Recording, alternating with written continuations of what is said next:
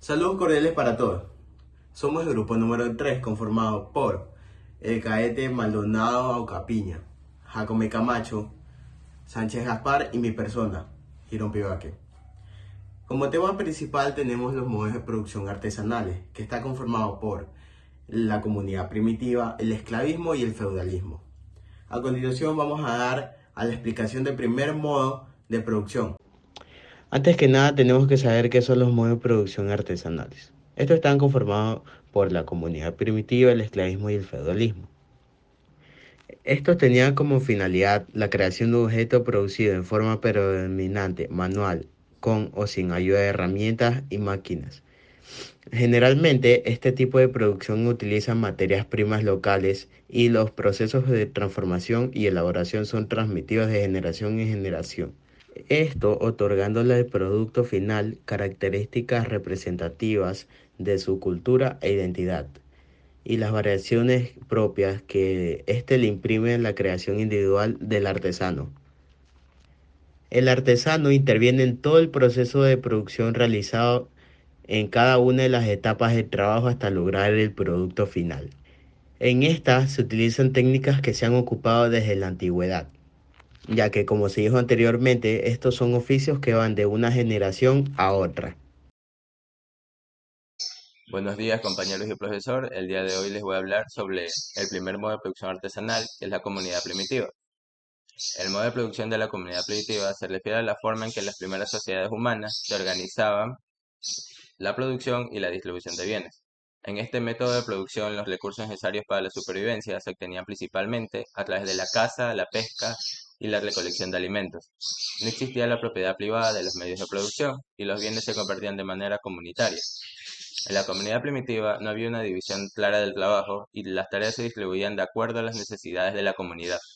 No existían clases sociales ni explotación, ya que no había acumulación de riqueza ni dominación de unos individuos sobre otros. Es importante tener en cuenta que esta descripción se basa en la teoría marxista y hay diferentes interpretaciones sobre la forma exacta en que funcionaba la comunidad primitiva. Esta etapa de desarrollo social se considera la primera forma económica y social de la historia de la humanidad, ya que la comunidad primitiva se caracteriza por una serie de rasgos distintivos que la diferencian de otros modos de producción y organización social. Y algunas de las características más relevantes son las que voy a mencionar. La primera, la economía de subsistencia, ya que esta dependía de la caza, la pesca y la recolección de alimentos para su supervivencia, ya que no existía una producción orientada al intercambio o al comercio, sino que los bienes se obtenían y consumían directamente. Como segunda característica está la ausencia de propiedad privada, ya que no existía la propiedad privada en la comunidad primitiva de los medios de producción y los bienes producidos, porque los recursos naturales eran considerados como bienes comunes y se compartían de manera colectiva. Como tercera característica está la organización social igualitaria, porque no había una división clara del trabajo ni una estratificación social. Las tareas se distribuían de acuerdo a las necesidades de la comunidad y no existía la explotación ni desigualdad económica. Cuarta característica, la comunidad y cooperación, ya que las decisiones se tomaban de manera colectiva y existía una fuerte solidaridad y cooperación dentro de la comunidad. Las relaciones sociales se basaban en reciprocidad y apoyo mutuo. Como quinta característica, la tecnología rudimentaria, ya que la comunidad primitiva utilizaba las herramientas y tecnologías para la caza, la pesca, la recolección, aunque no existían grandes avances tecnológicos ni una división de trabajo especializada. Como sexta y última característica, la movilidad, ya que al no existir una propiedad privada fija, las comunidades primitivas solían ser nómadas o seminómadas, desplazándose en busca de recursos de un lugar a otro. Les voy a hablar sobre el esclavismo. El esclavismo era un sistema de producción humano basada en la mano de obra forzada. Los esclavos eran la clase social más baja y la que se usaba para hacer esas tareas.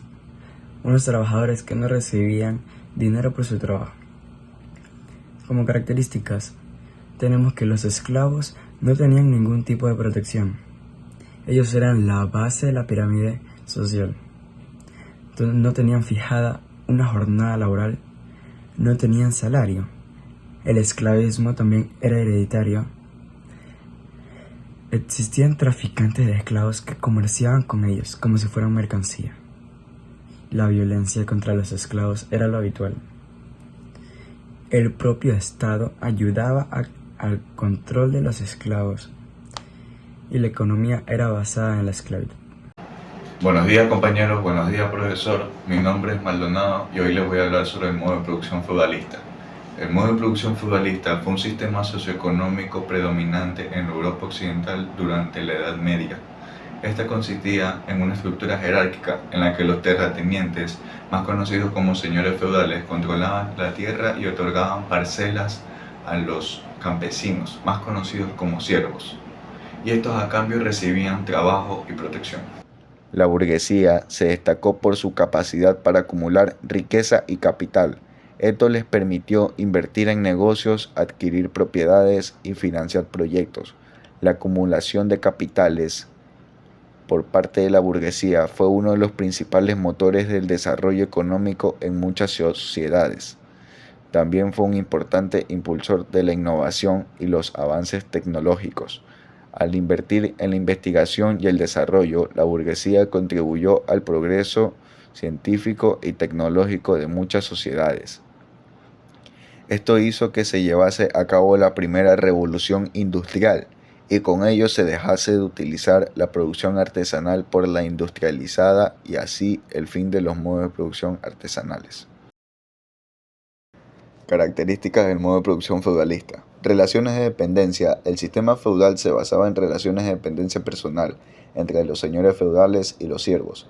Los siervos estaban obligados a trabajar la tierra del señor feudal y a entregarle una parte de sus cosechas o productos a cambio de protección y el derecho a vivir. Economía agrícola. La base económica del feudalismo era la agricultura. Los siervos trabajaban la tierra para producir alimentos y otros productos básicos. La mayoría de la población se dedicaba a la agricultura y a la producción estaba destinada principalmente al consumo local. Fragmentación política. El feudalismo se caracterizaba por una fragmentación política, con múltiples señores feudales gobernando sus propias tierras y teniendo cierta autonomía en sus decisiones. El declive del modo de producción feudalista. El sistema feudal comenzó a debilitarse a partir del siglo XIV, debido a varios factores, como el crecimiento de las ciudades, el aumento del comercio y la actividad económica, y los cambios en la tecnología agrícola. Estos cambios llevaron a la disminución en la importancia de la agricultura feudal y al surgimiento de nuevas formas de producción y organización social, como el capitalismo. A continuación vamos a dar paso a las respuestas de las 4 preguntas de la BP.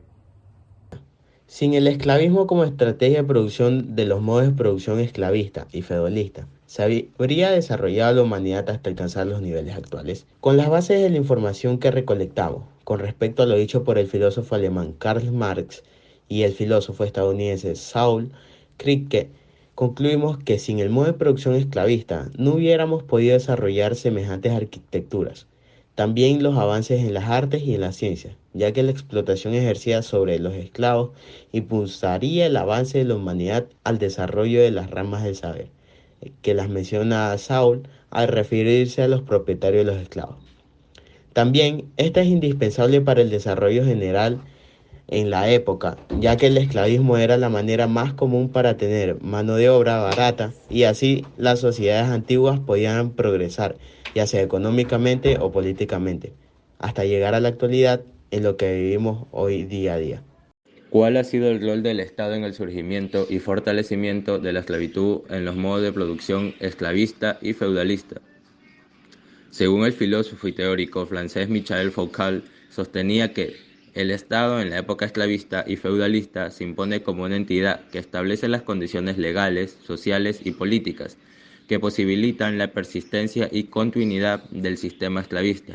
Es decir, el Estado, a través de sus instituciones, era una fuerza fundamental que permitía y perpetuaba la estructura de poder desigual que sustentaba la esclavitud. Por otra parte, el filósofo y escritor estadounidense Daniel Dennett, en el año 2003, expuso que, en el modo de producción esclavista, el Estado, en muchas sociedades antiguas, tuvo un papel clave en la institucionalización y regulación de la esclavitud, pues el Estado promovía la esclavitud a través de guerras de conquista, donde los prisioneros de guerra eran convertidos en esclavos, Además, las leyes y regulaciones estatales establecían la condición legal de los esclavos y definían los derechos y responsabilidades de los propietarios de esclavos. Concluimos que tanto el Estado como las leyes que estaban en esta época se ligaban fuertemente a favor de la esclavitud y su defensa, ya que encargaban de defender los derechos de los esclavistas y manteniendo al margen a la participación en la adquisición y venta de esclavos, así como el comercio de estos en el exterior. Y en el feudalismo era de mayor prioridad e interés la regulación de las relaciones entre los señores y los siervos, lo que permitió que la esclavitud y sistemas feudales se mantengan durante varios siglos. Existe un fracaso ético y moral de la humanidad al implementar modos de producción que denigraron y denigran al ser humano por el único pecado de no poseer medios de producción. A lo que hemos recolectado, Es existente un fracaso ético y moral, ya que esos modos de producción llevaron a la que la mayoría de personas sean tratadas como objetos intercambiables y sin importancia, recibiendo humillaciones, maltratos, sin siquiera poder hacer algo y dejar de ser tratados así. Esto se dio durante varios siglos. Fue la propiedad privada lo que realmente provocó la desaparición de las relaciones de producción cooperativas de ayuda mutua y reciprocidad.